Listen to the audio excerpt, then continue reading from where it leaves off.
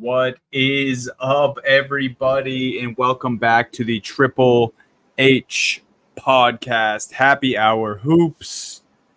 Loaded episode today. Everything in free agency. Excuse me. You guys will find out pretty early on here. I have the hiccups. I'm gonna power through though because that's what we do here on Happy Hour Hoops. Huge free agency episode. A lot of Team USA, 2K cover, and everything in between. We had our nice 4th of July week off last week, and we're going to get into all the good stuff today. But before all of that, folks, just remember Happy Hour Hoops is brought to you by Win Streaks. It's simple, guys. You pick teams to win games, accumulate points, and then win cash prizes weekly.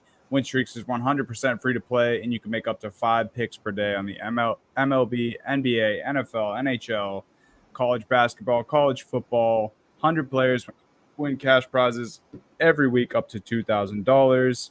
Again, no deposits ever, 100% free to play.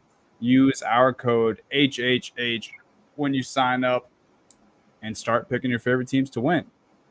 Fellas, how we doing? How was the 4th? And how are we enjoying the offseason so far? I'm enjoying it. I'm having a good time in the offseason so far. It was a great 4th, nice relaxing 4th. A little bit of golf, a little bit of swimming, and a lot of basketball moves around that time. And I got to say, there's a lot of moves I like, but I think the Dallas Mavericks are better than they were last year, and that's saying a lot because they went to the NBA Finals last year. So I'm loving the offseason so far. Yeah, I can't complain. Donovan Mitchell is still a Cleveland Cavalier, so my offseason's been going pretty good as well.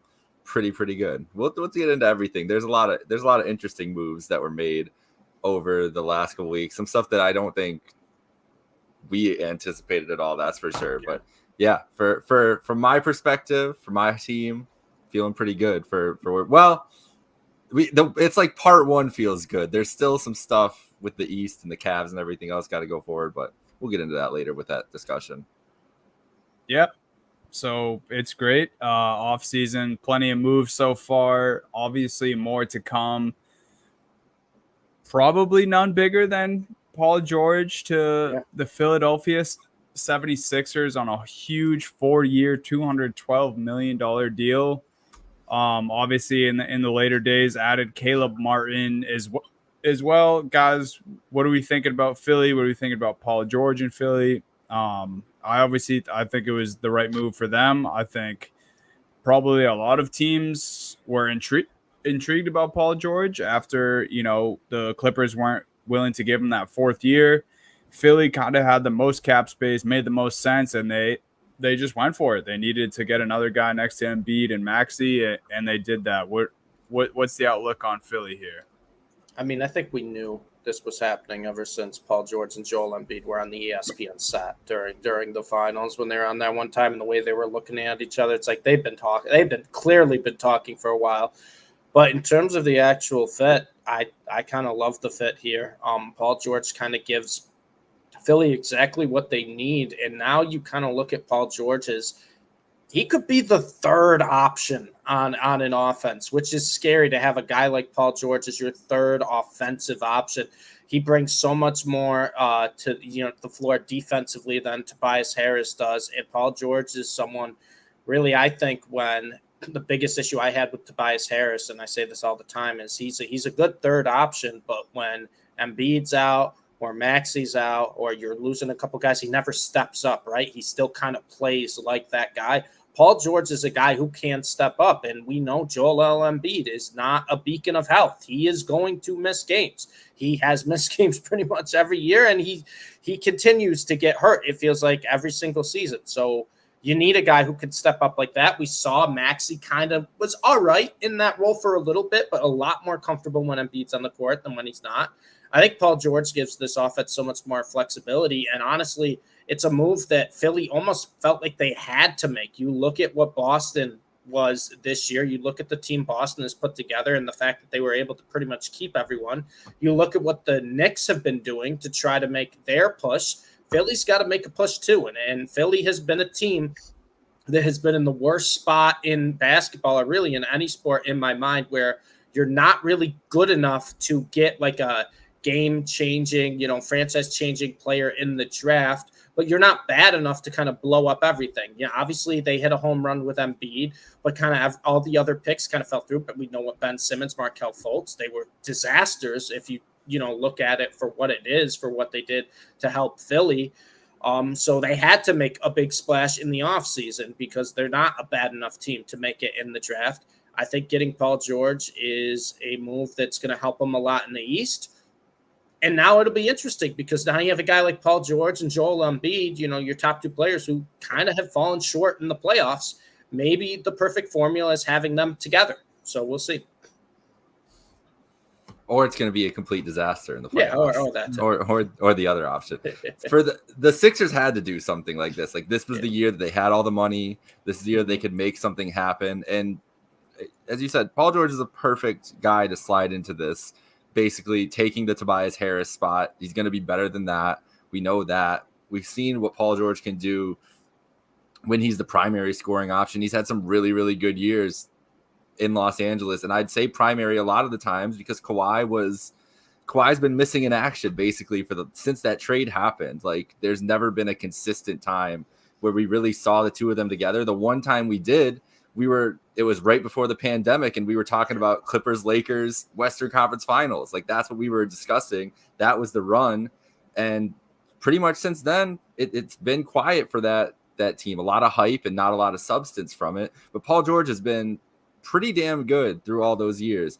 It's a 35-year-old getting this kind of money. So those 38, 39 year or 37, 38 year of those deal might look rough when it comes around to that point, but they're not trying. But Daryl Morey is not worrying about that right now. Like Embiid himself is 30 years old. This team needs to win now, not in 2 years, not in 3 years. Like the window it might already be shut for them, but it's definitely closing. And so this probably creeps it back open a little bit with Paul George. He fits perfectly.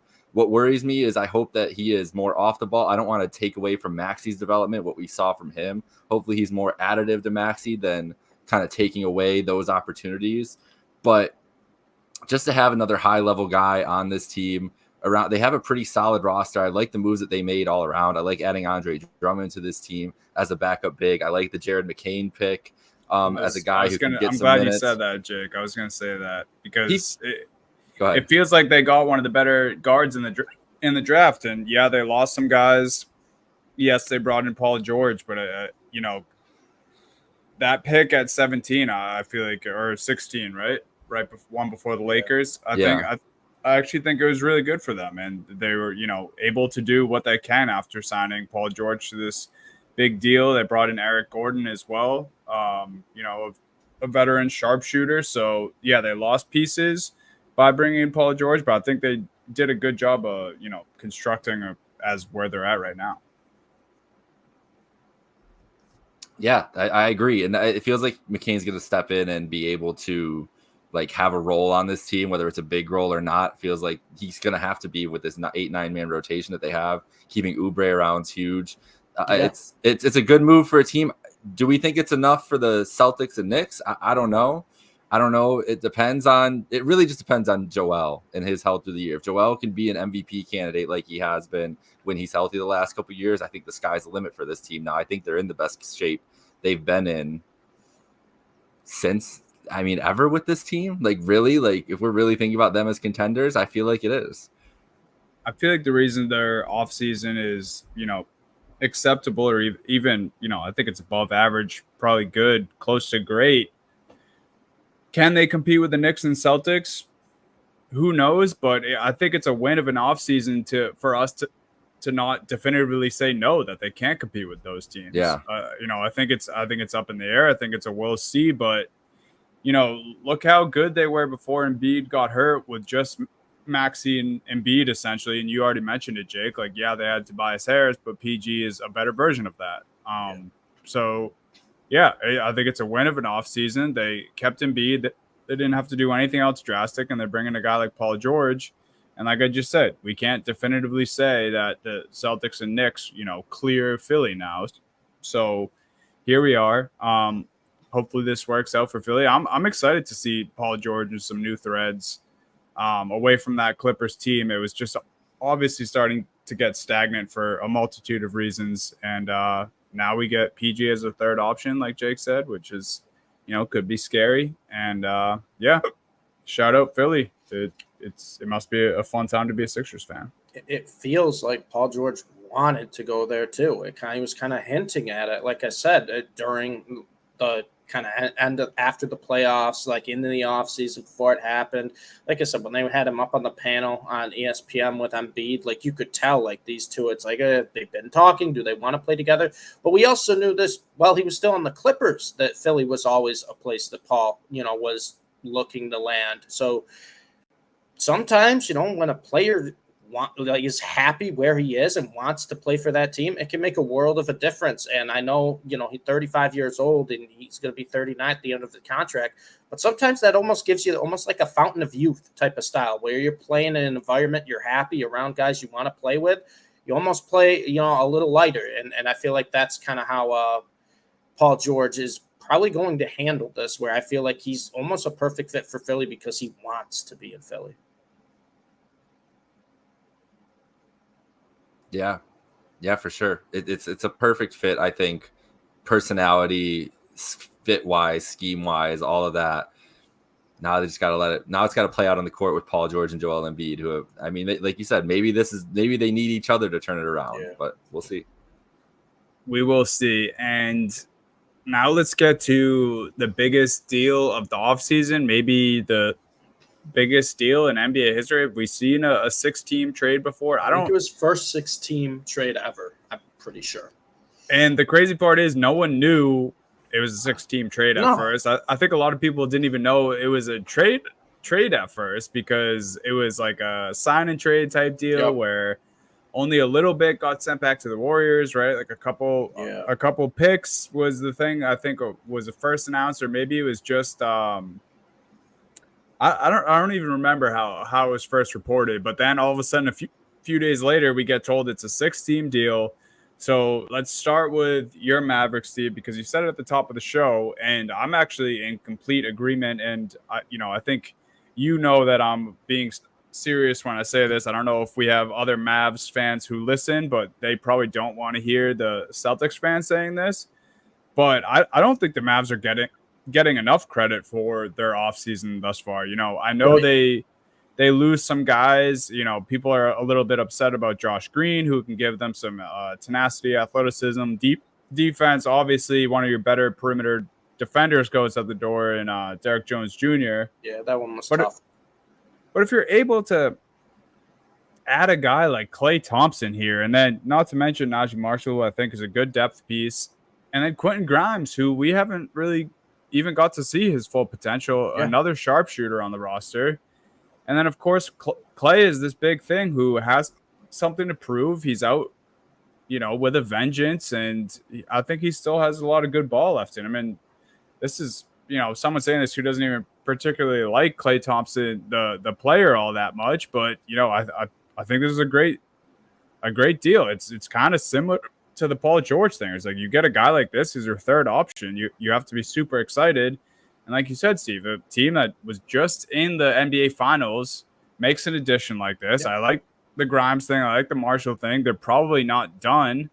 And that they also landed a second-round pick out of this in this crazy 6-team trade. So what are we thinking about the Mavs here? Yeah, so from the Mavs side, I kind of love everything, right? When you kind of look at everything that happened for them in the offseason, who they have coming in, who they have coming out, right? You have Quentin Grimes, Najee Marshall, and Klay Thompson coming in. You lost Derek Jones Jr., Tim Hardaway, and Josh Green. And I won't say a bad word about Josh Green because I think he's one of those guys, talent's not really there, but he plays as hard as anyone. You know how much I love Derek Jones Jr., and you know how much I despised Tim Hardaway Jr. and wanted him off the team. But when you look at the 3 pieces they got in, it's just 3 pieces I think fit perfectly with what the Mavs are trying to do. There were a lot of people, and then this is what happens all the time, that were clowning the Mavs and their defense in the NBA Finals and just forgetting the fact that they were going up against a historically good Boston team. But if you look at what the main difference was in the NBA Finals is The Mavs weren't hitting their open shots. They were 27% on uncontested three-pointers. That cannot happen. You have an NBA Finals team going 1 for 4 on uncontested threes. You just can't have that. And, you could say what you want about their defense, but their defense against Boston was not the issue. The Mavs were a top 3 defensive team in the after or post-trade deadline last year. I call it second half of the season, but you know what I mean. The Dallas Mavericks defense improved extraordinarily, and Luka, who people want to clown for 2 games in the NBA Finals, was playing good defense in the playoffs before the first couple games in the Celtics series. So defense wasn't the issue. What was the issue? Well, the issue was you have guys like Tim Hardaway who hadn't hit a shot in a month before he hit up 5 threes in garbage time. You have guys like Josh Green, who, plays hard, does not very consistent outside shooter. Derek Jones Jr., as much as I love him, not a consistent outside shooter. PJ Washington, as much as I love him, inconsistent from 3. You have guys like that, and I know PJ Washington's working on his outside game. I know Derek Lively, that's something that he's hoping to bring to the floor next year. You got to get a guy who can make those outside shots because you have 2 of the best playmakers at getting guys the outside looks in Kyrie Irving and Luka Doncic. And that's what they did. Obviously, he's past his prime. Obviously, he's maybe lost a little step, especially after the injuries. But if you want to talk about one of the greatest spot-up catch-and shooters in NBA history, that is Klay Thompson. That is exactly what the Mavericks need. And Klay Thompson is a guy who doesn't need to have the ball in his hands at all times, doesn't need to be ball dominant. He's a guy who can move and is very good at moving without the ball to get to a spot, to get to an open spot on the court. And you have, in my opinion, the best passer in the NBA right now, Luka Doncic, who is going to find him over and over and over again. To me, this is not only feels like a great move for the Mavs, but this almost feels like a match made in heaven for Klay Thompson and at what point he is in his career right now. And you have Klay Thompson, who was part of the Splash Bros, who goes from playing with Steph Curry, who's now going to play with Luka Doncic. I mean, good for you, Klay, number 1. But number 2, you kind of saw the way the Warriors were going. It just wasn't kind of working because, Steph he's not a true playmaker. He's a good passer. I'm not saying he's not, but he's not a true playmaker. And Klay right now doesn't really have his fastball where he can be, a true number 2, where he can be like, I will, the offense will go through me here. No, he wants to be a role guy. He wants to be a role guy who will just take shots, find his spots on the court, pick his spots and make them. And you have Luka Doncic, who I think is one of the best driving guards and kicking it outside that we've really ever seen. So I think it's a match made in heaven for the Dallas Mavericks. And so what do? Besides that, they get Najee Marshall, who can shoot the outside shot, dog on defense. And they get Quentin Grimes, who can shoot the outside shot and is a dog on defense. Like it's 2 guys where what the Mavs addressed is like, all right, we have a pretty good core. We have a pretty solid team. We're not going to try to get cute here. We're going to get guys that can shoot threes and play defense. And that's what all 3 of the additions do. With Klay Thompson, his defense isn't as great as it used to be. He's still a solid defender, but he might be the extreme for if you want to find a guy that what's their 2 biggest strengths, on-ball defense and 3-point shooting, that's Klay Thompson. So I think it's a perfect fit for the Mavs, and I think it's a move they kind of had to make because so many people were complaining about the Mavericks' defense in the NBA Finals. That wasn't the issue, and Dunny, you could say this as well as I did. The amount of open shots the Mavericks missed compared to the Boston Celtics was night and day, and I'm not taking anything away from the Boston Celtics. They are a phenomenal offensive team, and sometimes it doesn't matter how good a defense you play. The shots are just going to go in. They had, like I said, 5 options on offenses. You can't leave any of them open. The Celtics could leave the Mavericks open. And if the Mavs made, just 5-6% more of their open outside shots, we might be talking about a completely different series. This might have gone a couple more games. So you got to address the real problem, which as much as people on the internet want to tell you it's the on-ball defense, it's not. It's the 3-point shooting. It's the inconsistency shooting. And it's the fact that you got 3 guys standing around when Luka and Kyrie are playing iso ball at times. So what do? You got to go get guys who can shoot the outside shot. That's what the Mavs did. Yeah, it was the knocking down of outside looks, and then just there not being a third guy at times, or even a second guy, for those Boston games where Kyrie didn't show up. But Right. yeah, and you just eliminate that completely, bring in a guy like Clay. I was thinking about it earlier. I don't think it's fair to say his entire time with the Warriors, but I think outside the Kevin Durant years on the Warriors, Klay Thompson is probably going to get better looks now with the Mavericks than he had playing alongside Steph. And again, that's not taking anything away from Steph, but you said it, Steve. Like, Luka is one of the best playmakers we've ever seen, one of the best playmakers in the NBA right now.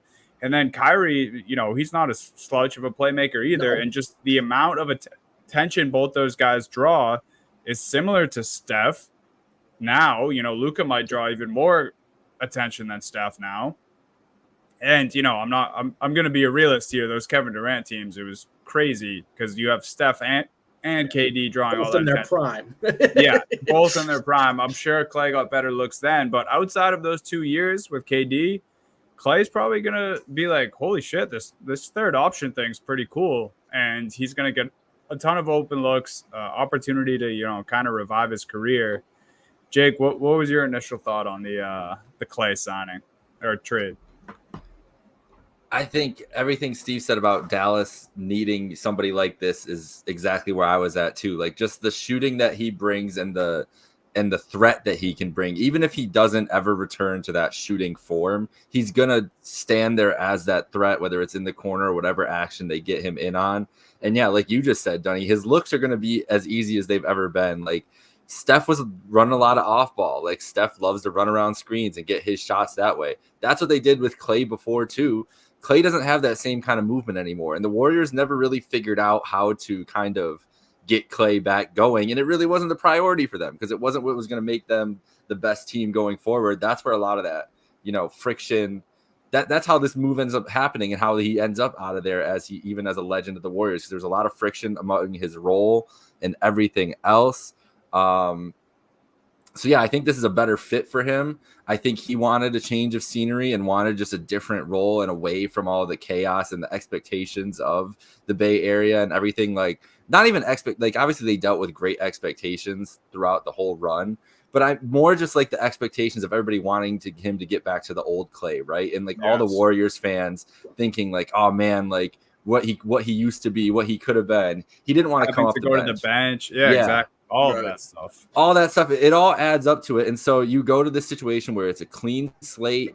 You have a new teammates, it's kind of re-energizing. It's kind of refreshing for him late in this career to have a huge change like this, live in a new city, all these other things, and play with still some great players. And obviously a team, as we mentioned, made the NBA Finals this year. Like, they're going to be a good team. They're going to be contenders. Talk about their moves as a whole. I like their offseason so far. Quentin Grimes and Naj Marshall and Josh Green had some moments in the playoffs, but I don't think they're going to miss him too much. No. Steve's definitely not going to miss Tim Hardaway Jr. I think it's pretty much a bit of an overpay for Derrick Jones Jr. What the Clippers gave him, $10 million a year, not what I would like. They'll miss him on the interior, but there are guys that they can come in, and still play that role there. I think Klay is exactly what this team needed, though, and I think it helps increase their ceiling as a contender. If he just took Tim Hardaway's minutes, like just straight up 1-for-1, it's a win no matter what. And we can't expect Klay to be the on-ball defender he used to be, but he's not a bad defender. And we've seen what this scheme can do for guys with average. Like, I'm not saying Luka's a out of this world defender. He's an average defender and did well in this scheme. I think Klay, he's probably a better defender still. Like, the smarts that he has, the IQ he has, everything else. So I think he'll be fine in this role. I think it's a really smart move by Dallas. They needed to do something. They needed to spend that money, and this is a good way to do it. Yeah, I mean, they added 3 guys that can all play defense to a point, right? 3 guys that all play defense and all shoot. And, to the Mavs' credit, like, they're addressing the problems they had. Like, Derrick Jones Jr. and Josh Green were loved by this Mavericks team, right? The players on the team, the organization, the ownership. But sometimes, like, you have to make tough decisions if you want to get better, especially in sports. And as much as they love Josh Green, as much as they loved him as a locker room guy, as much as they loved his heart, like, he just doesn't have the talent that these guys do. And I think your point with Derek Jones Jr. is right, Jake, where Derek Jones Jr. is a great player, but you're not going to pay him $10 million a year when he doesn't really fit exactly what you need. Yeah, he's a fantastic defender, but would you rather have Derek Jones Jr. starting in the NBA Finals against the Boston Celtics or Klay Thompson? It's a pretty obvious answer. Yeah. So shout out the Mavs for getting their third guy, and shout out Klay Thompson, who's going to wear 31, paying homage to Reggie Miller and ex-Maverick Jason Terry. So don't say Reggie Miller. It's the Jet. He's paid. It's the Jet. He's paid his respects to. Come on. That also might mean we see a little bit more of Headband Klay in Dallas. That'd be pretty cool as well. Headband Luka and Headband Klay. Oh, watch out, NBA. So shout out the Mavericks making moves. I don't think they're entirely done yet. Obviously, I don't think we'll see another splash like this, but probably a move here or there. And speaking of moves, we have 5 other teams that got in on this. Obviously, we won't spend nearly as much time on the other teams, but just looking at the teams who got involved here, it's funny. Obviously, Timberwolves, Kyle Anderson was involved in this, so that's how they got stuff in return. They got a 2025 second-round pick and 2031 second-round pick swaps, and then some cash. So I think the Timberwolves, who are already having a good offseason, they traded some future picks for Dillingham. They get some future picks back in this deal and ship out Kyle Anderson. I think the T-Wolves did a pretty good job there. The Warriors piece is what's interesting because, as we know, they're the team who loses Klay, Steph, Draymond, and just kind of some guys now, but they're able to add Kyle Anderson from the T-Wolves we just talked about, and then Buddy Hield, who did not have a great stint in Philly, kind of gets to redo his new team here with the Warriors, and I think these are a couple good guys, good scorers. Kyle Anderson's one of the more unselfish players in the entire league, and he can also, make something for himself on offense, score, can be a playmaker. And then Buddy Hield, we've seen it. When he's at his hottest, he is a flamethrower, and, they're calling them the Splash Buddies now, not the Splash Bros, because Buddy Hield and Steph. But what are your guys' expectations for the Warriors going into next year with the group they have currently constructed? They feel like right where they were last year, kind of like a bubble team to me, if I'm going to be completely honest. I know they've added some pieces. They've added some nice role players, and obviously Steph is still Steph. But it's nothing against the Warriors team, Dunny, I guess I would say. It's more that the West, man. The West just keeps getting better, and the top of the West keeps improving, right? You look at the off seasons that I think 3 of the top West teams had, the Thunder, the Timberwolves, and the Mavericks. They all got better this offseason. I don't think you could dispute that. The only one you could say might have gotten worse because they lost a few pieces was the Nuggets. But at the end of the day, you're the Denver Nuggets. You have Nikola Jokic, who's a 3-time MVP, right? You have Jamal Murray, Michael Porter Jr., Aaron Gordon. They're going to be fine.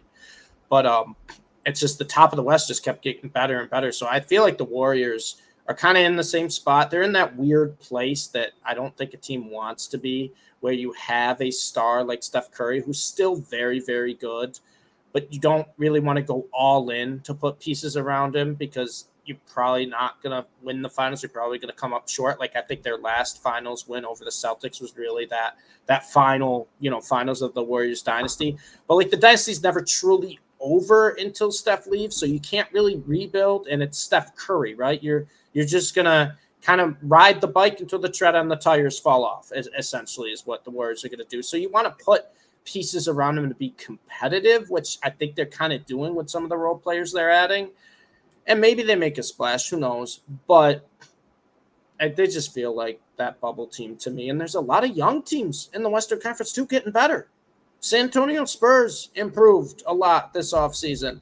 The Houston Rockets, we saw the step they took last year. The Memphis Grizzlies will be back. Memphis Grizzlies will be back, absolutely. So Kings getting DeRozan. Yeah. Kings got DeRozan, which is another move where it's that's a huge move that not enough people I feel like are talking about. So if you're the Warriors, like I said, you're in that weird place, but you can't really do anything because you have your face of the franchise, Steph Curry, the man who basically has built this dynasty. You just got to kind of ride it out. And so it makes sense that they're getting kind of older veteran role players.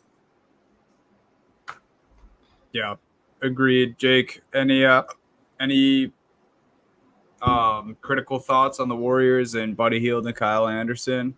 I do love them snagging Kyle Anderson. I feel like he's a perfect Warrior. And adding Hield and DeAnthony Melton, it's like, let's replace Klay Thompson in the aggregate, right? Like, those are two great shooters. Hield is so streaky. You can't really trust him that much. But just to have the options with this team, they're going to be a weird team this year. I'm with you guys. I think that they're more of a bubble team than anything else. And Steph had some interesting comments this past week about, hey, like, I'd love to be here forever, but things always change in the NBA. So he seems like he's not ready to be done winning. Maybe he's given this year a whirl and trying to see what this team looks like. But I'm sure every team in the league is circling that situation to see how this Warriors situation goes over the next year.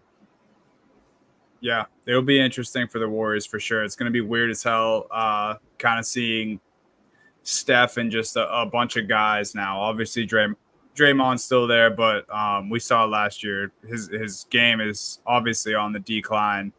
And, hopefully he can stay on the court and at least help Steph and help the Warriors be competitive. All right, getting through the last bit of the 6-team trade. Nuggets, they got cash considerations, and that is because they sent out Reggie Jackson, who ended up on the Hornets, with Josh Green, who we mentioned left the Mavericks, and then a 2029 second-round pick and a 2030 second-round pick also to the Hornets, which we found out, in recent years, second-round picks aren't nothing anymore in the NBA. So the Hornets, I think, made out pretty well. Obviously, still not really any idea of what direction the Hornets are going in. A lot of young talent, and yeah, they're just adding more young talent, and then a vet like Reggie Jackson. Who knows? That's a guy who could end up on a contender or waived by this team. I wouldn't be surprised by that. And then the 76ers landed 2031 second round pick in here as well. That is for letting go of Buddy Hield. Jake, I know we touched on it a little bit at the beginning of the show, but the Dawn is back in Cleveland. Donovan Mitchell, 3-year, $150 million extension. Our note here is that third year is a player option. What are we thinking about the Cavs team? Are they just going to run this group back? Is it going to be Mitchell and they make some more moves here? Is Garland gone? Where were your thoughts at after the extension, and where are we now? Well, I was just happy to see the extension. It's the 3 years, 2 years of the player option. So it's not like he's, a Cav for life or anything else. The 2 years gets him to the 10-year service Supermax extension. So it's a clear financial move for him. There was no better move for him to go anywhere else. Like the Knicks were obviously out of the question after the moves they made. The Nets were rebuilding. If he goes to Miami, is that a better situation than Cleveland right now or anything else that you talk about? I don't think so either. So there's a lot of the options that were discussed for Mitchell kind of all disappeared. This is still a good team with really good talent across the board. I don't think they're going to do much, honestly. I think that they're hoping that Kenny Atkinson makes a big difference and that they have young guys that continue to make leaps. Atkinson has talked about the importance of getting Mobley going, getting him to be able to develop a game off the dribble a lot, which is not something we've seen from Mobley. It's been a lot of catching in the post or just standing in the corner. Like I said, I hope he's shooting corner threes all summer. Now I guess that's not the case. Like if the plan is to get him to initiate some offense more, then that's the move. And Kenny Atkinson, I loved the coaching change. You guys knew how I felt about JB Bickerstaff, but bringing in Kenny Atkinson, seeing what he was able to do with the Nets, that under talented Nets team they had a couple years ago overperformed and was so much better. The offense was free flowing.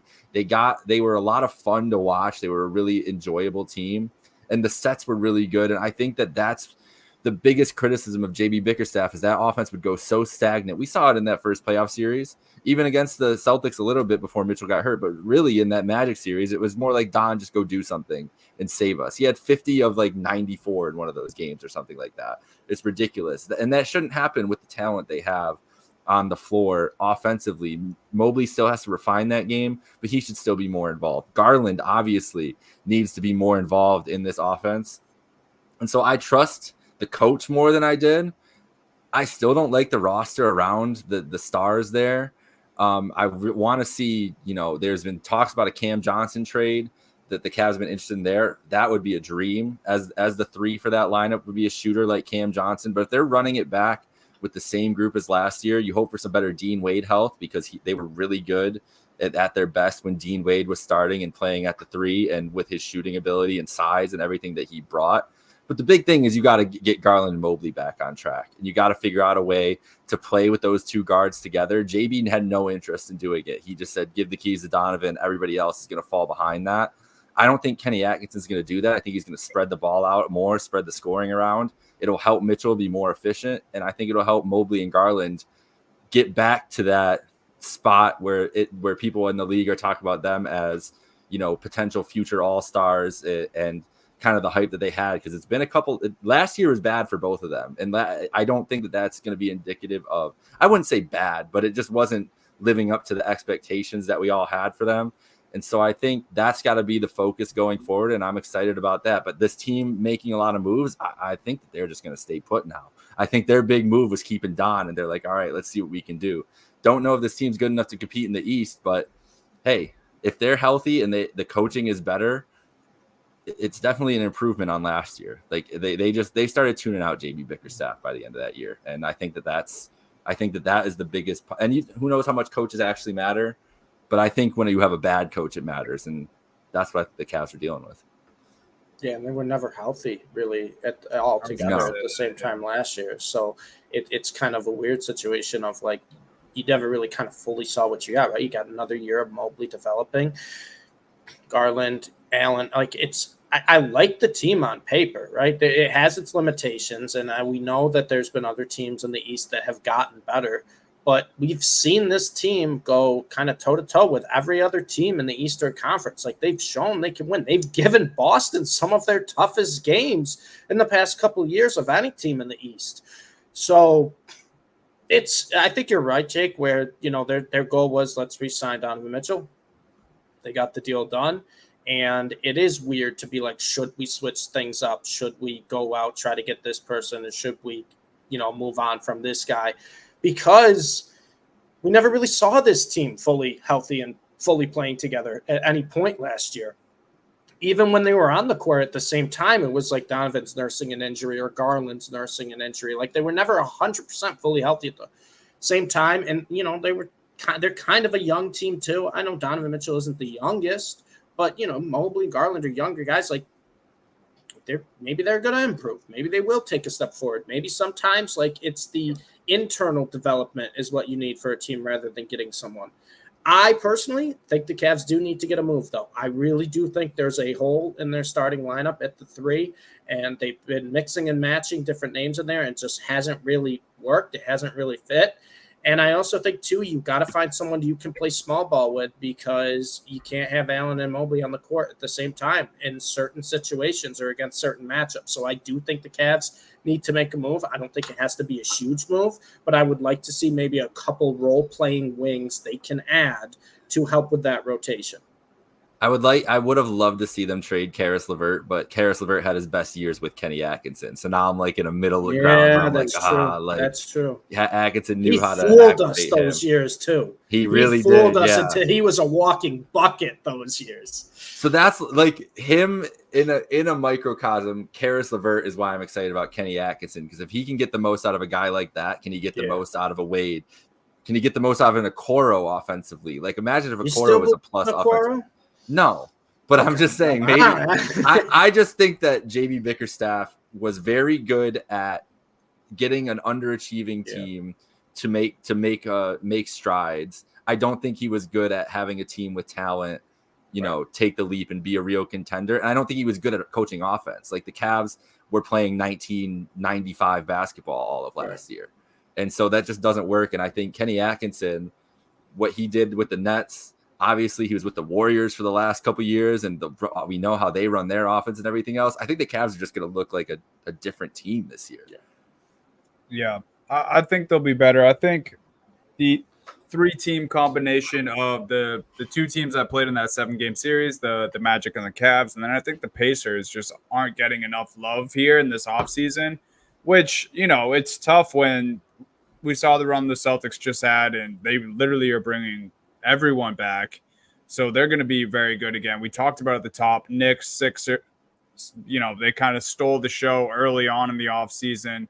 They're going to be super good, but I don't think it's right that, everyone's kind of sleeping on the Cavs, Magic, and Pacers right now. I think the Cavs will be good. I like what Jake said about Kenny Atkinson there. I do think there'll be improvements just all around, even if you're bringing back a similar roster. Who knows? There could still be a move. Real quick before we get off the Cavs, just do you guys see a Jared Allen trade happening before the summer's over? You guys think he's staying in Cleveland? I have kept seeing that the Pelicans are interested, but they're interested in any center right now because they simply just don't have one. They signed Daniel Tice the other day, but what do you guys think? It doesn't have to specifically be Pelicans, but do you guys think Jared Allen gets traded? I think he'll be in a Cavs uniform first game. It could be like a deadline thing if we see Allen get traded, but I don't think it'll happen in this offseason. I don't see it happening because Donovan Mitchell loves Jared Allen, and I think the Cavs are run by Donovan Mitchell at this point. Got it. I like that. Steve, you can get some use out of your Jared Allen t-shirt. Some more use. The Pro, man. It's a great t-shirt. Hey, if I go to a game, I got to get a shirt, and that was the one speaking to me. I love that. So we'll see. Dream scenario, don't think the Pelicans would ever do this, but the Cavs trade Jared Allen and a first or maybe 2 firsts for Herb Jones. No shot they trade Herb. Yeah. You'd have a better chance getting I'd love Herb. Probably. I think Ingram is the guy the Cavs would be going for. That would be Allen. But take a lot more. Yeah, and I don't know if the money works there, but yeah, I think obviously Pelicans seemingly trying to shop Ingram. I was just thinking, you want a 3 who can defend and shoot with this team. Herb Jones would obviously be perfect, but they would be silly to trade him. I think Herb Jones is probably like after Zion on that list of untouchable for the Pels. I think so. Yeah, you really got to wow him. He just seems like that perfect kind of guy, and he's especially in today's NBA and just what we've seen the Jays develop into, and just how important perimeter defense and just being able to defend other wings who can score is so critical in today's NBA. So, yeah, Herb's a guy. Shout out to Donovan Mitchell on his extension, and we don't have to worry about if he's going to be in Cleveland this year or not anymore. And the Pels too, Donnie. Like, even though they lost Valanciunas, even though they're shopping Brandon Ingram, they're still going for it. They got DeJounte Murray in this offseason. Yeah. Like, they're still going for it. So I think a guy like Herb is someone they want to keep on as long as they can, because he's kind of that perfect, almost like a Swiss Army knife, where he can do whatever you need him to do. Right? He's offensive game has stepped up a little bit too. He was making a lot of threes in the second half of last year. But he's about defense. The USA Select team too. He's obviously going to learn a bunch this summer. You can't find a better perfect role player, 3-and-D guy than Herb Jones. We can kind of jump ahead and go right into the Pels here, just because we've spent a few minutes talking about them. But yeah, I like that you use the word untouchable with Herb Jones, because I've actually heard that with Trey Murphy and Herb Jones. I believe the Pelicans are kind of making those guys, not available whatsoever, and I don't blame them, especially because they're great guys to play alongside Zion too, but just having those guys, if Zion is to go down again and you trade Ingram, having those wings who are still capable on both ends of the floor with McCollum, with DeJounte Murray, who is who they brought in, and we can talk about that a little bit. I guess it's crazy because I think just right before our eyes, I just kind of talked about it with the Magic, Cavs, and Pacers. It's like they're getting lost a little bit because of how good the East is. I think both conferences are just really bulking up and getting top heavy, and there's just a lot of damn good teams in the NBA now. But what do you guys think about Murray with the Pelicans? I feel like there's probably a move or two here still with the Pelicans, because that has to be. I think the player, obviously, DeJounte Murray is really good. I don't know if it makes a whole lot of sense with CJ. And then, Brandon Ingram, they've been pretty vocal about trying to trade him this summer. So you would assume he's eventually going to be unhappy and want to leave on his own. And then, just what do you guys see for this Pelicans fit, and where do you guys see them stacking up against the West?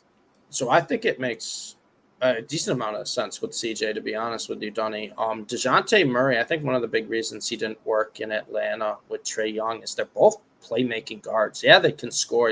Yeah, they can, drive. Trae Young, we know what he can do. But at the end of the day, like, DeJounte Murray wants the ball to kind of go through him, through the offense. And we saw that when he was playing with the Spurs. This is a guy who can not average, but he can have multiple triple doubles in like a week span. Like, this is a type of guy who can rack up the assist. This is the guy who kind of wants the offense to flow through him. And when you look at the New Orleans Pelicans, CJ McCollum was never that, and they wanted him to be that. But when you look at CJ McCollum, when he's at his best was when he was in Portland and when he could just be a scorer. He didn't have to really try to become a true point guard. And the Pelicans were mixing and matching different guys they wanted to run the offense through. I know sometimes Zion will almost like play like the big man point, like we see sometimes Giannis and LeBron play. And Zion has gotten a lot better at his playmaking. He's actually was a very good playmaker last year. So not taking anything away from him, but the Pelicans kind of needed a true point guard. And I think that's what DeJounte Murray is. And I think DeJounte Murray will help CJ McCollum because now McCollum can play a role he's more comfortable in, which is kind of a true volume shooter scorer.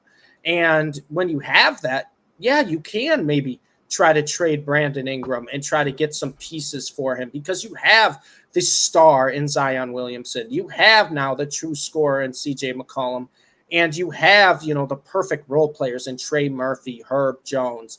Now you have a true point guard in DeJounte Murray. Just go get a big man that kind of works with your team. And like you said, they've thrown every name out there. Like, who knows? One name that I kind of have my eye on is Vucevic for the Chicago Bulls. That's one name because based on what the Bulls, I don't think he's going to be part of that plan. That's something I could look at. But Brandon Ingram's going to give you a good return.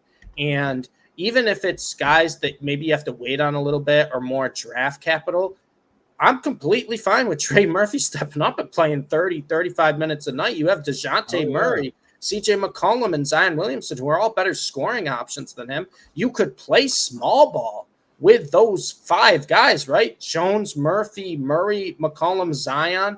Even if you don't get a true center, like I think they still will try to get a big center, but even if they don't get a great splash, they can play small ball. So I really do like the addition of DeJounte Murray. Brandon Ingram, I think, has always been one of the most underrated players. So having him leave, it's going to hurt him a little bit. And they also lost Dyson Daniels. Hasn't really done anything, but kind of, a younger development player. Yeah. They lost Najee Marshall, who, like I said, he's never going to take over again, but he's a great defender. He can shoot the outside shot a little bit. And they lost Valanciunas, who good player, but never really fit well on this Pelicans team.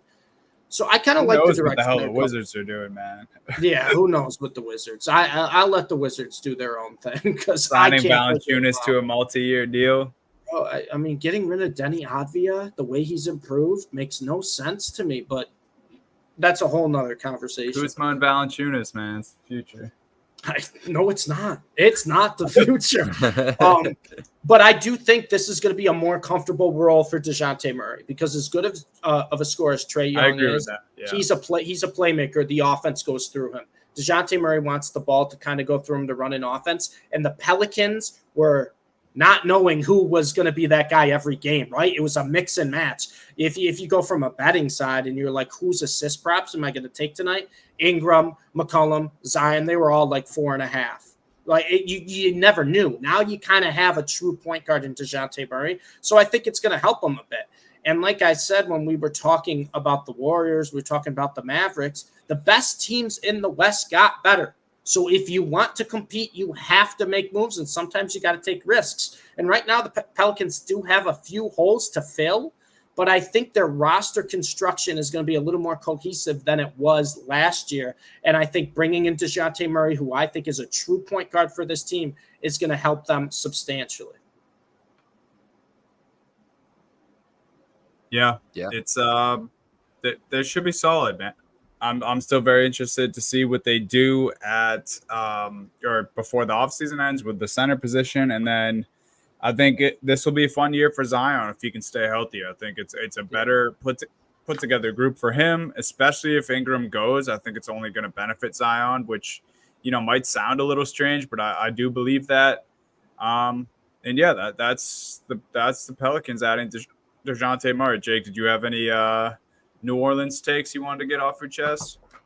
No, I agree with everything Steve said about Murray and the fit there. I think it's a perfect fit for what they need to do. I think it balances them out a lot more. They were desperate for some elite guard play, and they were asking CJ to do stuff that he's never been really great at. Yeah, CJ is just an undersized 2 guard. Like, he is not a point guard. It is what it is, and it's always been that way. So DeJounte is going to really help out with that, taking that ball away from Zion as a point forward. It makes it, you can weaponize it at certain times. You don't have to rely on it a lot. And I feel like they've relied on it a lot over the last couple of years. So that usage rate will go down. I can't wait to see the fit with him and Zion together in those pick and rolls and everything else. And it just feels like Murray, I feel like hasn't even, I shouldn't say scratched the surface, but he's been in 2 poor fits for his skill set, whether it was with the Spurs and you've got Derek White on the team and they're competing for the ball, and they're both like, now you see how Derek White is now, like they both they don't really complement each other's game very well. I think Derek White really can complement anybody's game, but the way that they were being used, it wasn't the best use of both those guys in San Antonio. Both, like, still figuring their games and themselves out too. Yeah, and then with Trae Young needs the ball to be good. Like that's what it is. And what your mileage varies on Trae Young or not, however you feel about him, he needs the ball to be his most effective, and that's not going to help DeJounte Murray. So I think this is the best fit he's had in his career, and that's what I'm most excited about. Yeah. All right, love it for the Pels. Couple more deals here. Obviously, if you're listening to this, you've heard LeBron got his extension. Real quick, guys. Lakers were playing team last year. Where are we at with the Lakers? Are they're gonna be, obviously, they could make more moves, but currently constructed, they have a lot of guys who are on the trade block. Gabe Vincent, D'Angelo Russell.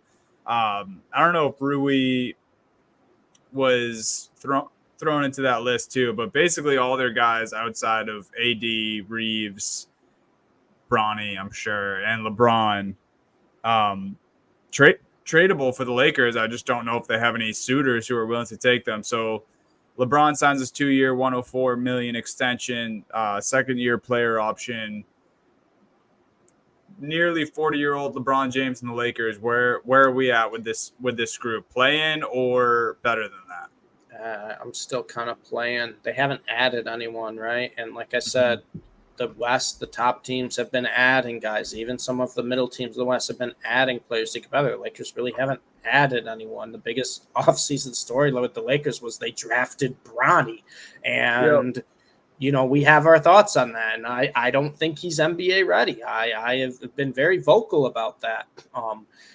So they haven't added anyone. The only reason I would say, maybe they aren't worse is I really love the draft pick of Dalton Knecht. I think that was I don't mean to sound too negative, but that was a good pick. I think that was an absolute steal in the draft. We'll see what his role is, and I think the only guy they lost was Taurean Prince so far in the offseason, which it is what it is. Some Lakers fans probably happy about that. Yeah, but he did play a sizable role for the Lakers. It is what it is, how you feel about Taurean Prince, but he did eat up minutes for that team. So maybe, it'll give more opportunities for the rookie Knecht and obviously Rui Hachimura, but they haven't added anyone. So how can I say they're going to be a better team? They're a team where their 2 best players are getting older and their best days are behind them. And yes, they're still both playing at elite levels when they're healthy, but it is what it is. This is a Lakers team that's getting older and they haven't made any moves. So yeah, I like the draft pick of Dalton Knecht, but that's about it for this team. They also got one of AD's most durable years in forever last year. So, hopefully, I think any basketball fan obviously is hoping that happens again, but just seems unlikely. Jake, where are you at? Playing better or worse for the Lakers? No, they're still probably a play-in team, despite LeBron saying that they're a contender or whatever else. Like, Connect is a great add to this team. Bronny's gonna play, so we'll find out sooner than later. He's gonna play like a lot of minutes. That's the most interesting part about the team right now. It really is, and so those are the ads. That's what they're banking on, I think, more than, and the coaching change again too. They had a coach who literally was doing nothing. Like, guys weren't even listening to him in the huddles and everything else. So they're hoping that kind of dynamic can change. Big unknown. We obviously have no idea what JJ is going to bring to the table. So you can't put them ahead of any of these other teams in the West, even these fringe contender teams in the West, especially when, you know, as great as LeBron has been every year, we have to go into the year being like, maybe this is the year that he averages 21-6-6 and not 25-7-7.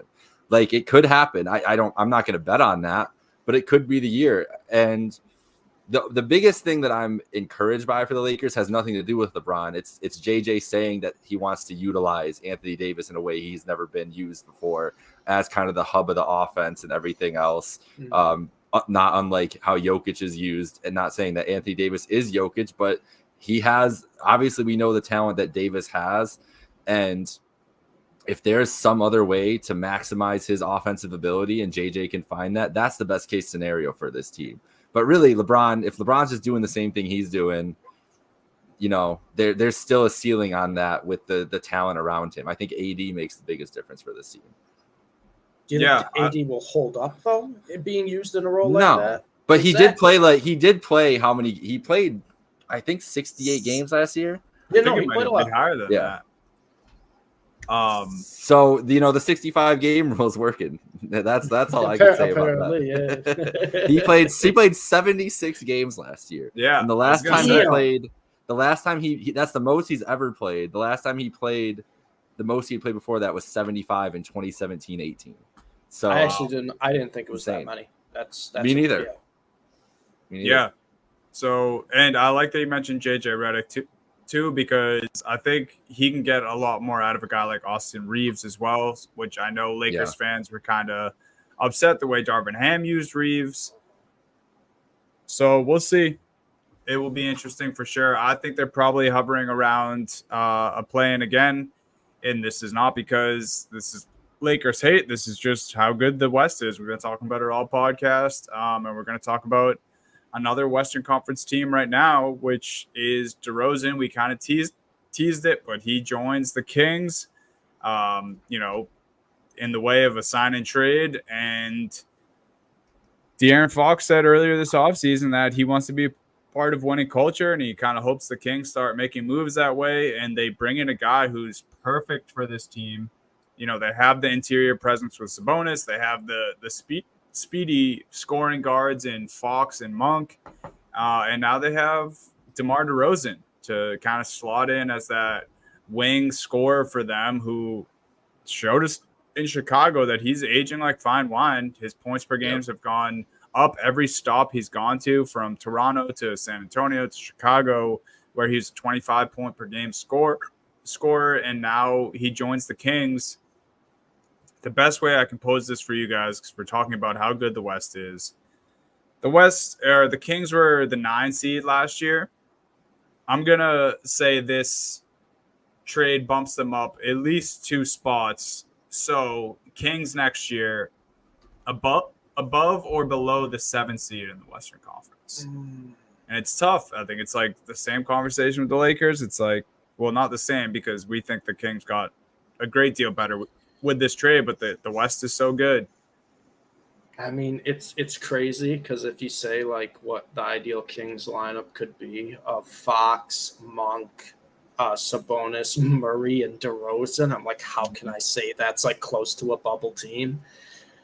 But I mean, we're talking about the Grizzlies are healthy, and they didn't really make any moves, but getting Zach Edey is an interesting move by them. The Pelicans, I still have no idea what they're going to do. I do think the Clippers have gotten significantly worse. For a top 4 team, they'll probably be below. They're going to be a play-in team. Yeah. Yeah, if a playing team. To Right. be honest, like who knows with If Kawhi, how many games Kawhi major plays? Kawhi injury. Yeah. There's no telling there. So then you're looking at Phoenix, which I can't say a team with Kevin Durant, Devin Booker is going to be worse than a Kings team. Houston took a big step last year. I know it's super premature, but I think the Spurs improved. I was just gonna say, I think the Wemby, Spurs improved. Who knows? Wemby was winning games by himself in the second half of last year. Now he's got kind of a solid team around him, right? Harrison Barnes and Chris Paul. Yeah, they're older, but it's better than who he was playing with. Vassell's going to be better again. Like, I still would take the Kings over the Spurs. I'm not trying to say that. I'm just saying it's close. But scenarios, yeah. I think they're right at the 7 seed, Donnie. I think they're right at the 7 seed. That was my thinking too. That's why I picked that number. I think the Clippers fall if we're looking at the standings from last year, right? And I think probably like the Pelicans maybe jump them, or the Rockets make a big jump, but I think they're right at that 7 seed, maybe the 6 seed. I think they're going to be batting there the whole year. I think they're going to be a fun team to watch. I can't wait for a late night West Coast NBA with the Sacramento Kings games. Lighting the beam with DeRozan? Come on now. But I think the same thing applies really where we look at Sabonis, and he's a great regular season guy. Let's see what he can do in the playoffs, right? Like the Kings, everyone wants to talk about certain teams, how they play defense. Kings defense isn't great. And DeRozan's not a lockdown defender. Their best defender on their floor is probably Keegan Murray. Mm-hmm. So, I'll go right at the 7. If I had to, if you were like forcing me over or under, I'll go over because I think there's a better chance they get a 6 than the fall into like the 8-9 range. But they're right there. I think it's a great line right at the 7. Jake, what are we thinking? Yeah, I think they're more of a 5, 6, 7 team than they are a play-in team. Looking at the West, the Clippers dropping out. I'm not as high on the Suns as you are, Steve. I know it's Durant. On them. It's just hard to. Yes. I think the Durant and Devin Booker team's a playing team, right? That's just hard to say. I know, but I feel like that's what they're going to hang around. Bradley Beal's also on that team. I don't even care. Like, I'm saying I'm saying that as a negative. Yeah, true. But I'm saying, like, we look at 2 years ago, right? When the Nuggets just crushed the Suns. It was Devin Booker and Kevin Durant were keeping them in games. When you have both those guys, we're talking about 2 of the best like scorers in the NBA. It's hard to say that's not going to be a team that's not in the play-in, like that's in the playoffs, not the play. Yeah. The biggest thing for me is that they had 46 wins last year. They were only 5 games out of the 4 seed, and they feel like they're better. So I feel like they could be near 50 wins again. Like this could be a 4-win swing with DeRozan, and that puts them in that 5, 6, 7 range again. The West is, I mean, we're gonna make predictions about the West, and we're gonna be hilariously wrong about at least one of those predictions because it's gonna be such a mess, such a battle this year. You guys remember how early I took the Grizzlies in our win total draft? I remember. Yeah. The Grizzlies do feel like the team that, they can make that big jump this year if Ja is healthy and plays the whole season and everything else what we've seen. But yeah, I think right that's 5, 6, 7 is perfect for them. But I think that they're in the playoffs. I think that they have a bounce back. That's fair. Cool. So that's the Kings.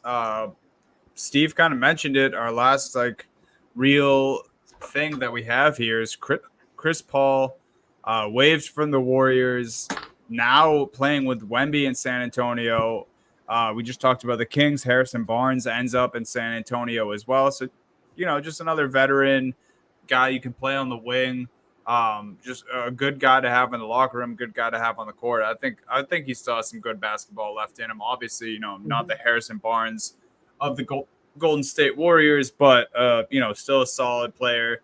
And then Chris Paul had some interesting comments over the last couple of days, basically saying if he's hurt or if he's not hurt, he wants to be playing as much as he can. Basically alluding to not liking his role on the Warriors, doesn't really want to be a bench guy. Wow, shocking. Who saw Yeah. that coming, that role wouldn't work? Seemingly, Chris Paul, just a gamer, a guy who likes playing basketball, a great point guard, just someone who can get Wemby the ball. Chris Paul is old now, but the lobs between Chris Paul and Wemby will probably be pretty electric. And I just think it was a good move for the Spurs.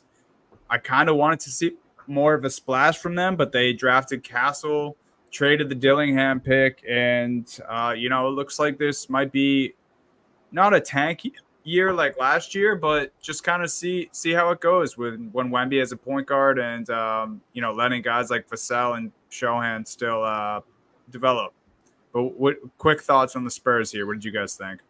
I like the fit for Chris Paul and for Wembanyama in terms of, I don't know how good the Spurs are going to be, but Chris Paul can kind of now play the Rajon Rondo role where he maybe takes 3 shots a game, but he has 15 assists. And say what you want about Chris Paul and say what you want about how he is as a player now, in terms of just basketball smarts, IQ, passing lanes, playmaking, there's not many better all time than Chris Paul.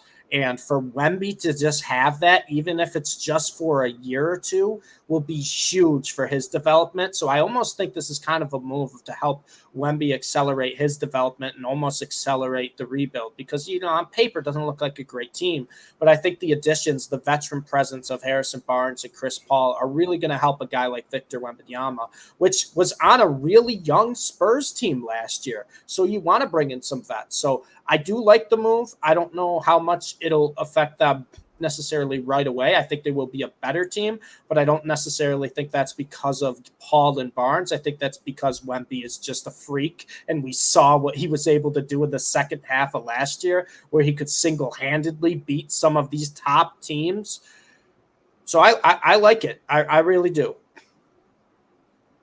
I love this. I mean, that was the biggest thing with Wemby last year is we're like, who the hell is going to be the point guard? They tried Sohan at point guard to start the year, which was the weirdest fantasy implications ever. Like, just this weird things that they were doing seemed like they still kind of wanted to tank, but see what Wemby did. So yeah, I love having Chris Paul in here. I love the Rondo comparison. I think that's a great point. I don't think Paul is going to be trying to score or anything like that, but having somebody like that on the floor with Wemby and to help along Castle, who obviously is going to be the guard of the future. You take some responsibility off his plate. I think he's still going to get a lot of playing time, but you know how Pop is with the young guys. He's going to be in the doghouse a couple times this year and everything else.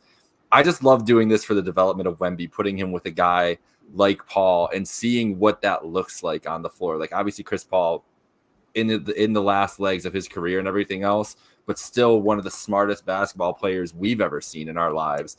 And so to just see that on the floor with Wemby and then going forward in the next couple of years, I like seeing a different mix around Wemby this year to see what works best with him. Like, we saw the rawness last year of this team and still the high level of play that he was able to have with a roster that had no business, competing in some of the games that they competed in. So I'm really excited to see what this move looks like. It's a more adult team, as you mentioned, old Chris Paul, old Harrison Barnes, but I think that's exactly what this group needed, was some guys like that on this roster. Yeah, I think we all have pretty much the same sentiment as with Chris Paul on the Spurs. It's going to be good. Can't be anything but good for Wemby. I mean, all of us, I'm sure everyone who's an NBA fan is just dying to see Wemby in year 2. Get to see a little bit of it in the Olympics. Before we get to our Team USA talk, did either you guys have any other deals or extensions that you guys wanted to touch on quick? I do. And this is because I'm a non-biased basketball fan, and I talked about the Mavs and how they got players that were perfect fits for them. I think the Oklahoma City Thunder did as good, if not a better job, of getting guys that fit in perfectly, getting Alex Caruso and Isaiah Hartenstein. Get Hartenstein, who can play a true center role. It's going to help Chet so much. It's going to help them not have to have Jalen Williams play kind of an undersized center role when Chet needs rest. They had that weird kind of spot there of are we going to play big? Are we going to play small?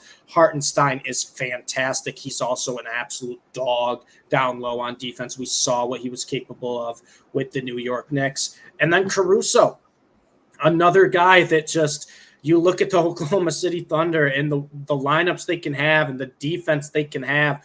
Caruso, we talk about 3 and D players for the Mavericks. Caruso is unbelievable and a great addition for the Oklahoma City Thunder, who lose a guy like Josh Giddey, which we all said Josh Giddey's talented, but it never felt like it was a fit with OKC, the team they wanted to construct, kind of how they wanted to play their system. And we kind of saw that as the year kind of went on and then into the playoffs, that Giddey's kind of the odd man out of this young Thunder team. So you bring in a guy like Caruso, a vet like that, who's going to fit right into this kind of Thunder culture that they're building.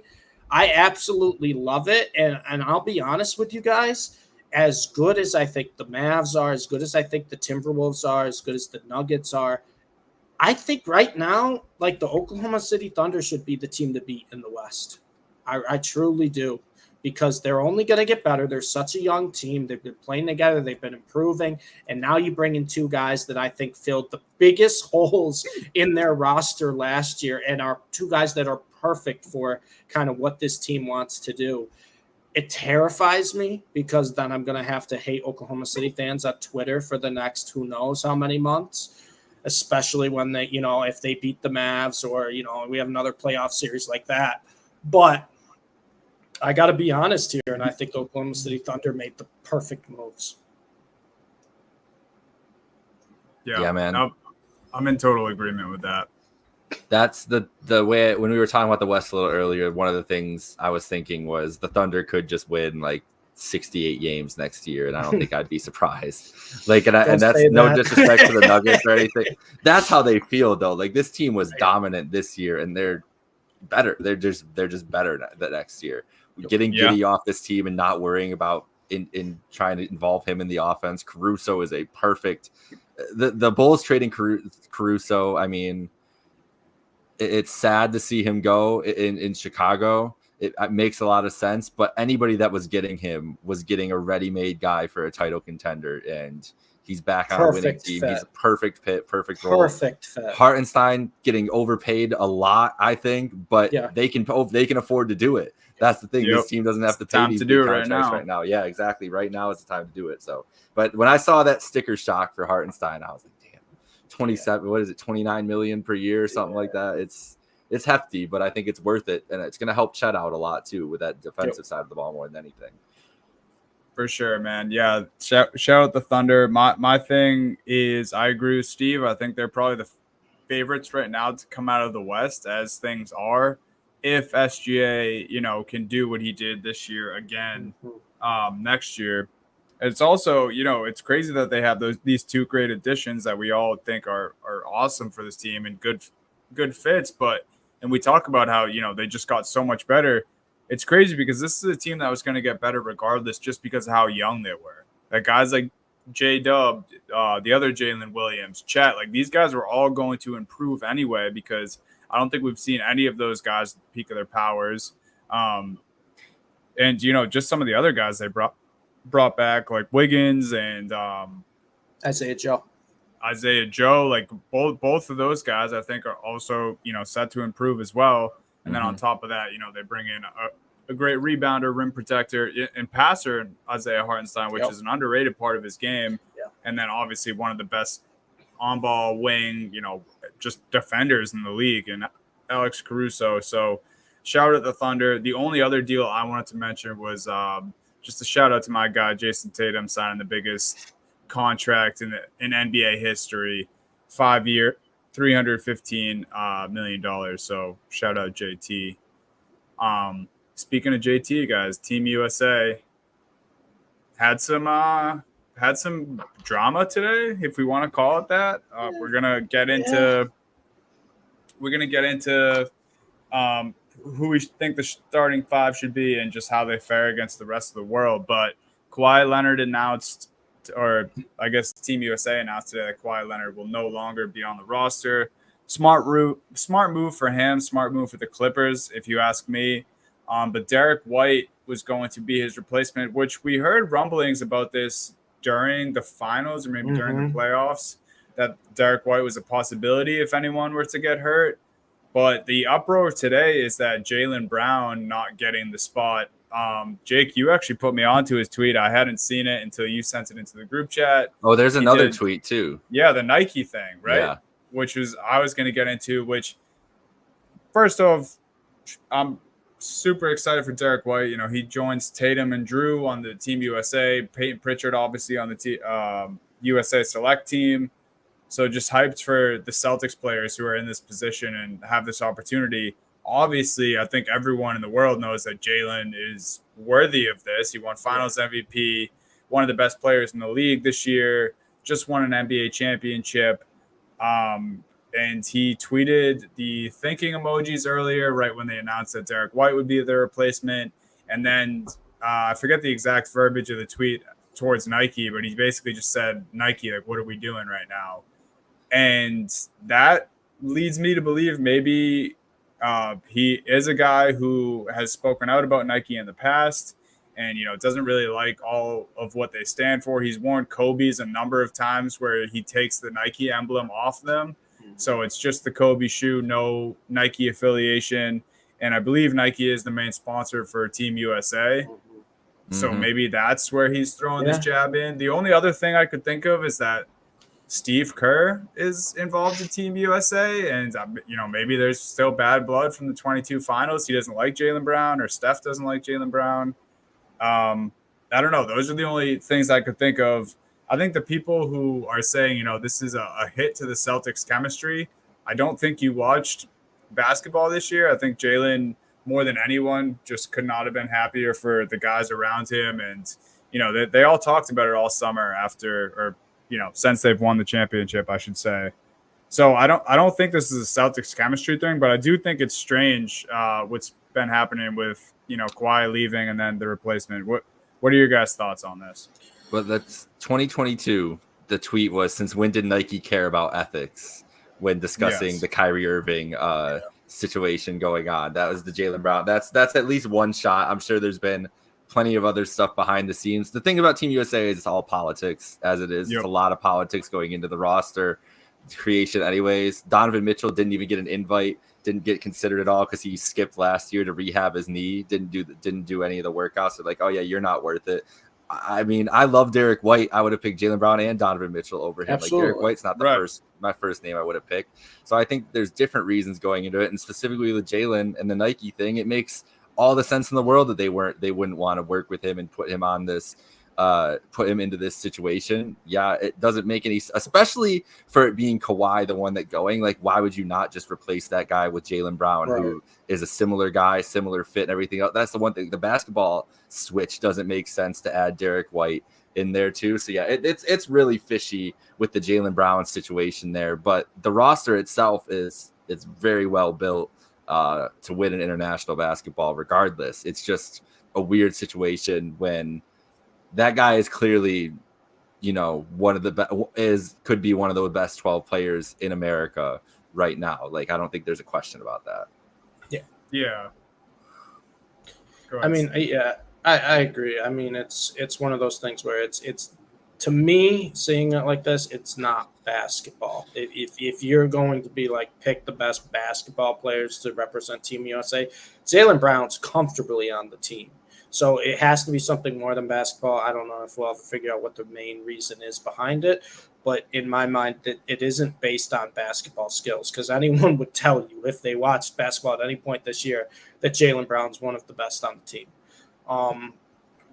But you know what? Does it really matter? It hurts for Jaylen Brown not being there, but look at the guys we got on this team. USA. This is the God squad for Team USA. Like, this is kind of, especially too. Selfishly, the ones I was bringing this up regardless, Steve. Yeah, the ones who are getting a little older, kind of right. Their final Olympics, like, that's what I'm excited to see. Is to see LeBron, Curry, Durant, all play together again. That's what I'm excited to see. I think there was a video of them walking into the gym initially, and it looked like an AAU team where they're like, we're going to win the tournament by 50. We're just kind of showing up, going through the motions. So it doesn't really matter. Yeah, people are going to make a bigger deal than what they need to, but I'm not too overly worried about it. No, neither am I. Just wanted to address the idea that people think that Jalen is disgruntled with his teammates. It's like, yes, he tweeted that today after Derek White got selected on the team over him, and Tatum, is the cover athlete of NBA 2K. And maybe he tweeted that because of 2K.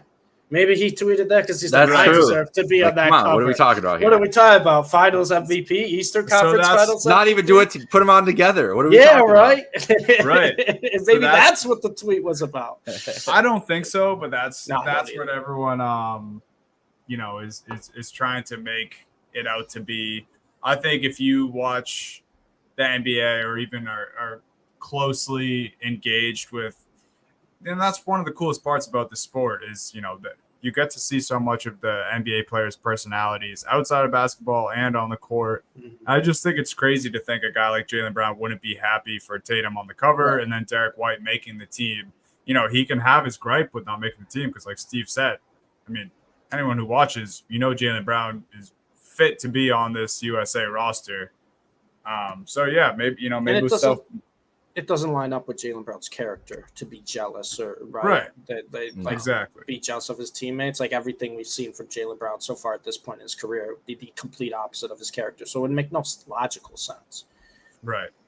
Yeah. So weird stuff. Maybe we'll see more about the Nike thing. Let's get into who we think the starting five should be for this group. So obviously, we know Kawhi's gone now. Derek White is in there. KD injury he's not playing tonight if I'm not mistaken. Is he not playing? Don't think so. No. Yeah, I believe he was ruled out against Canada. We've been talking about USA this long. We haven't even mentioned their first game is tonight. If you're listening, Wednesday, I believe it's at 10:30 p.m. Which for the early risers like me, that isn't great, but I'll record it and probably watch tomorrow. So Steve, start with you. You can do Durant because, I don't expect him to miss too much time with this injury. Yeah. Who is your starting five for this Team USA roster? So I'm just going to go with kind of the older guys that they're kind of almost going to be like, I think USA is going to win this tournament comfortably, so we're going to kind of pay our respects to the guys who've kind of been faces of basketball lately. I think Steph Curry is going to be obviously on the roster. LeBron James and Kevin Durant, both when healthy. And then I think they're going to play big. I think they're going to play big. As much as I would love to see Anthony Edwards in the starting lineup, and I think he probably will be, I would like to see Anthony Davis start. And if that means bumping Joel Embiid out so Anthony Edwards starts, that so be it. But I could also see Team USA playing big with Curry as kind of the only true guard, almost playing Durant at the 2 with LeBron, AD, and Joel Embiid. However, I think that would be an awesome against lineup. France. Yeah, I was gonna say, right? You play that big, and it's not like Durant's going to hurt you as a liability at the 2. Mm-hmm. But I do think they are going to start Anthony Edwards because they want him to kind of become the face of, USA basketball too going forward. So I'll go Curry, Anthony Edwards, Kevin Durant, LeBron James, and I'm going to go Anthony Davis over Joel Embiid here. I think they're going to kind of pay respects to the older guys, AD, LeBron, Durant, and Curry, and give them their kind of, last run in the Olympics, because I really do think this is going to be their final Olympics of those 4. If LeBron's playing in 4 years in the Olympics, that would be crazy. Yeah. We have almost the same starting 5, except I am taking out Anthony Edwards and putting in Jason Tatum and going for even more size. Jake. That is huge. And I'm going. That's a big team. That is a big team. I think LeBron is your point guard, basically. I think Curry's your 2 guard, and then Tatum falls in line at the 3, Durant at the 4, and then I would put Davis there at the 5. I think it's what you said. Maybe it's Embiid by the end of the tournament, but to start the tournament, they're putting the guy who's been there for years and years ahead of Embiid. They're not giving Embiid that starting spot over Davis, who's been Team USA, World Championships, Olympics, everything else. And to have, imagine you come off the bench and you have Edwards and Embiid as your first 2 guys off the bench. Not a bad option. Not at all. Damn, so none of us are starting Joel because I have Drew Holiday, Derek White, Jason. No, you I'm don't. kidding, No, I'm you kidding. don't. I'm not Let's see if I entertaining can that. get you guys to that. I almost forgot to do it. I almost started listing my real lineup. No, my real lineup is Steph Curry, Anthony Edwards, Jason Tatum, LeBron James, and Anthony Davis.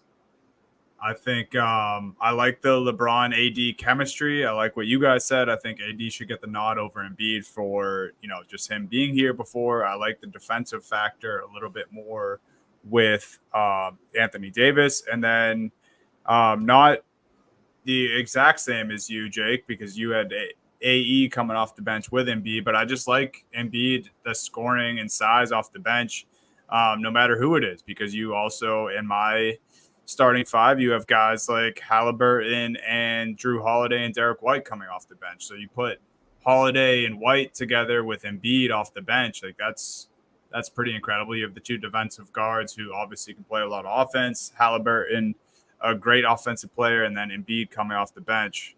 Yeah, so I like Curry, Ant, Tatum, LeBron, AD. Yeah.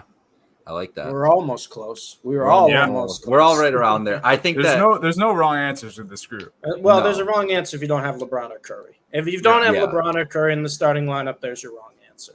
Yeah. those are your guards. That's are your USA guards. basketball. Like, when you Yeah. think of USA basketball, it's those two players. I think that the biggest, besides the starters, I don't think Halliburton or now Derek White's getting a lot of run on this team. No. Once I we don't get to either. Olympic time. I don't need I think Drew will be like the last guy to get in there, but I think they'll need him for defensive situations If there's a a lot. guard that's like killing them Yeah. on a specific team, he'll probably get some like heavy run in like second and third quarters of games. Yeah. But I'd say the round out that rotation is going to be Drew, Bam, and Booker, and that Halliburton and White will be the guys left out a lot. Yeah. It's crazy how much I forget about Booker these days, man. It's just on top of the world as far as guards in the NBA go, and then the difference a year can make. And not that he even had a horrible year or anything, just with the Suns disappointing. the rise of Ant, and then Yeah. Jaylen Brown winning Finals MVP with the Celtics, and crazy. We all three of us think this team can win gold, right? Oh yeah, Yes. they're winning gold. No, I'm not as sure as you are, Steve, but I'm very am. confident. This is like, and I'm not gonna say it's Good scripted, first but test tonight. This is them. They're not messing around. I'm scared of the Canadians. I'm scared of the French. Now, That's where I'm at. tonight's game is this doesn't matter, right? It's just exhibition. It's just exhibition until what? Yeah. Like I think the end of July, right? The 30th is when the actual games start. 29th, 30th. Okay. Yeah. Yeah. Well, let me know once we get to those dates how this team's looking, because they're not messing around. And then the only other thing I want to mention too is the select team is just damn good too. That's what's fun. cool about the US is that we just have that good of talent that even our select team is like, holy shit, this group's good. And they only lost by a point in the first scrimmage to the actual team. And the thing I wanted to mention quick before we go is, holy fucking shit, Cooper Flag is good, man. Yep. Yeah, Because it was only a few highlights, but that dude is 17 years old, shooting threes over Anthony Davis, getting crazy putbacks, getting rebounds, playing defense. Duke got a good one. I'll say that. And there's going to be just the utmost tank fest in the NBA this year to try to land Cooper Flag next offseason. Yeah, he's good. he's good. He's pretty good. Yeah, you can say that again. Pretty good. So thank you all for listening. That was our off-season recap thus far. Hopefully some more crazy moves to come. We will see you guys not next week, but the following. We'll probably do that for the summer here. Obviously, if something big happens, we'll hop back on next week. But our summer rotation is every 2 weeks for Happy Hour Hoops. Again, thank you to Win Streaks for sponsoring the podcast. Make 5 picks on any teams and sports every day. Accumulate points and then win cash prizes. Use our code HHH when you sign up and the referral code SPOT Don't forget to follow Trainwreck Sports on all socials. Follow us at Happy Hour Hoops 1 on all socials. And good luck to Team USA. Later, guys.